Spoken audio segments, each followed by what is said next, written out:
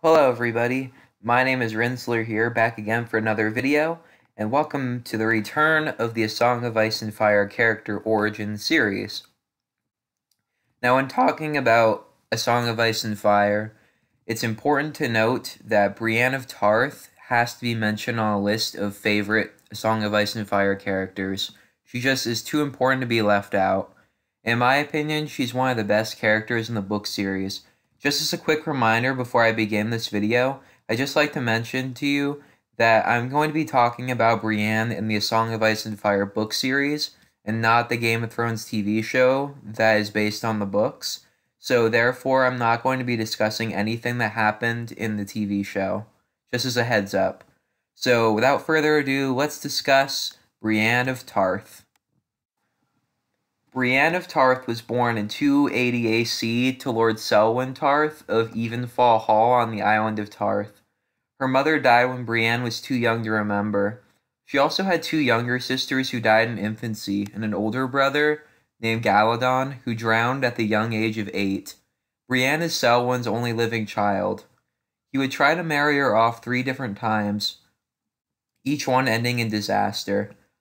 Her first betrothed was an unnamed son of Lord Brian Caron, who only met Brienne once before he died of a chill. The second was Sir Red Ronnet Connington, who gave her a rose and said that was all that she would have of him before leaving after being disgusted by her appearance. The last was Sir Humphrey Wagstaff, who demanded Brienne act more womanly. She agreed to only be a lady if Humphrey could defeat her in combat.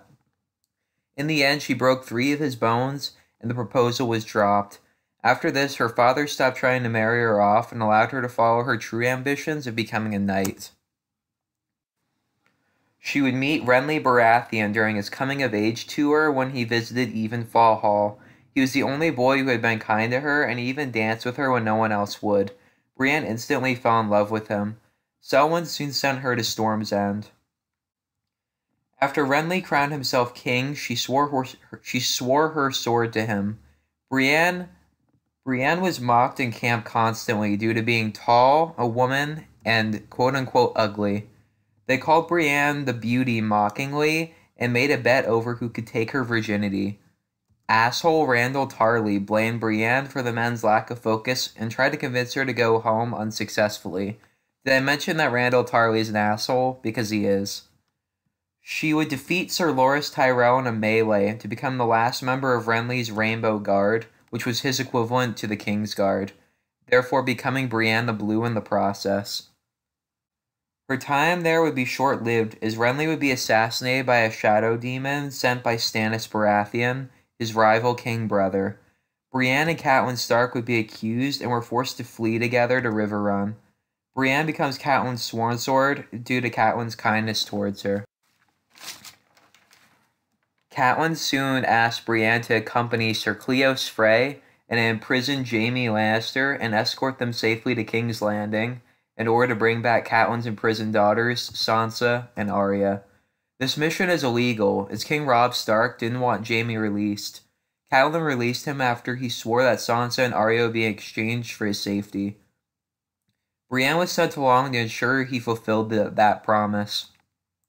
During the journey, Jaime calls her a wench while she calls him Kingslayer, and they're constantly butting heads. Sir Cleos tries to keep their intensity calm, but ultimately they just continue to argue over and over again. The trio is soon ambushed by Sir Robin Rygar, who is sent by Robb Stark, but Brienne kills him by dumping boulders onto his boat, which gains her Jaime's respect. Soon after, Cleos is killed by bandits, and Jaime steals her sword and fights Brienne. Brienne defeats him due to his lack of practice before they're both captured by Vargo Hoat and his brave companions. Jaime prevents her from being raped, though this costs Jaime his hand. Jaime becomes suicidal, but Brienne is the one that convinces him to live on for his family and for revenge. The pair are taken to Harrenhal, where they share a bath. Jaime mocks her feelings for Renly, and she stands up in anger, revealing her nude body to Jaime, which turns him on. He then tells her the truth of the Mad King and his wildfire plot. However, I'm not going to be discussing this here. If you want to know more about what he said, then please watch my Jaime Lannister video. Roose Bolton would soon agree to release Jaime, but Brienne had to stay behind as Vargo Hoat's prize. Jaime leaves very reluctantly. Brienne is then thrown in a bear pit in a mocking rendition of the popular Westerosi song, The Bear and the Maiden Fair, before Jaime returns to free her after dreaming about her. On the way to King's Landing, Brienne learns about Catelyn's death in the Red Wedding, which horrifies her. After arriving at King's Landing, Sir Loras Tyrell attacks Brienne for revenge over Renly's death, but Jaime saves her by having her arrested instead. Unlike in the TV show, Brienne is locked up during Joffrey's assassination. Jaime visits her and gives her a Valyrian steel sword and a letter from King Tommen, warning people not to get in her way. This was done so Brienne could search for Sansa Stark and lead her to safety. She would name the sword Oathkeeper. She soon discovers Tyrion's squire Podrick Payne is following her and allows him to accompany her. They go to Maidenpool, where they meet Nimble Dick Crabbe, who's heard rumors of seeing a fool who she believes is Dantos Hollard, who helped Sansa escape after Joffrey's death. He takes them to House Crabbe's abandoned fortress, the Whisperers, where they learn that the fool is actually Shagwell, the psychotic jester. Shagwell kills Nimble Dick, but Brienne defeats Shagwell and his men and forces him to dig Nimble Dick a grave. When he tries to kill her, Brienne kills him first. Brienne and Pod soon meet Septim Maribald, and to follow up on the rumors that Sansa is with the Hound, but he confirms that the Hound is dead and that Arya Stark was spotted in the town salt pans. After this, Brienne saves an orphanage from Rorsch, who has been pretending to be the Hound by wearing his helmet, but his friend Biter tears off a chunk of her cheek before Pod saves her. They are then captured by the Brotherhood without banners, while Brienne is passed out from her wounds. She calls for Jaime while she's asleep, so the Brotherhood decide to nickname her Jaime's Whore. She is healed by Lem Lemoncloak before learning the Brotherhood is led by Catelyn Stark, who has been revived as the vengeful Lady Stoneheart.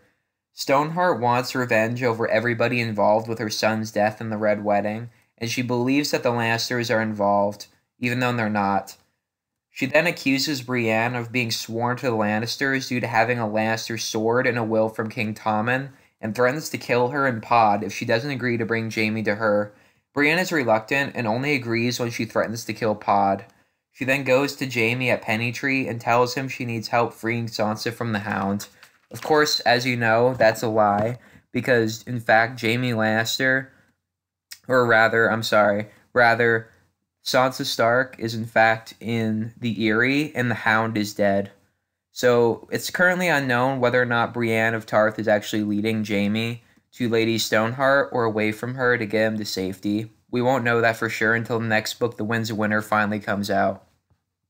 It's been heavily implied throughout all the books that Brienne and Jaime have a romantic attraction for one another, and in my opinion, this would be for the best.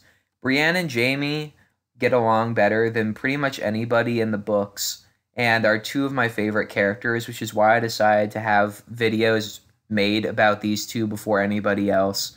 And I knew that I couldn't make a video about anybody after Jaime except for Brienne because of this reason. Their subtle chemistry with one another is really touching, and I would love it if they would both survive the series. However, only time will tell if my wishes come true. Anyways, guys, thank you for watching this video. I'm sorry if I've screwed up on a lot of the words. I'm currently pretty tired, and I'm a little sick as well. And I'm also sorry that I didn't do this video yesterday because I meant to, but I was really tired yesterday and I just couldn't do it. But today I did it. So I hope you guys enjoy this video. I know I flubbed up on a lot of the words and the names, so I apologize for that.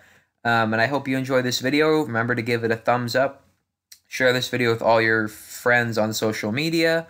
And also be sure to watch the video all the way through. Every view helps. And please subscribe to watch future content here on the Rinzler Network. And I'll see all you dudes and chicks in the next video.